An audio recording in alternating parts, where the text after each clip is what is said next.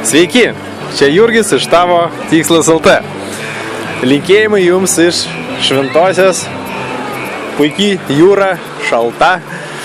Tai noriu su jumis pasidalinti labai gerais įspūdžiais ir nusiųsti jums šitos saulės, šitos gaivos ir smėliuko. Ir kaipgi be patarimo, taigi Jurgis. Tai noriu ką pasakyti. Dauguma žmonių, kurie daro savo verslą, arba su draudimu, arba tinklinį rinkodarai, jie daro jį visada. Ar per gimtadienį, ar per šventę, ar būdami atostogose. Jie ten bando visur surasti pretendentų žmonės, kurios galima pakalbinti, gauti kontaktų ir ten kažkaip pristatyti savo galimybės arba pasiūlyti draudimus arba kitokius prekes. Bet gavau gerą tokią pamoką. Jeigu tu esi atostogose, skirk laiką paatostogau. Žinokit, faina, tada atsipalaiduoji, gali pasimėgauti jūrą, pasimėgauti gražių orų, faina.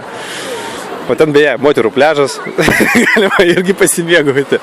Taigi, paprasčiausias toks dalykas, kuris man suveikė. Skirkit laiką darbui, skirkit laiką atostogoms. Ir linkiu jums gražios dienos, puikios nuotaikos. Su jumis buvo Jurgis iš tavo Tikslas LT.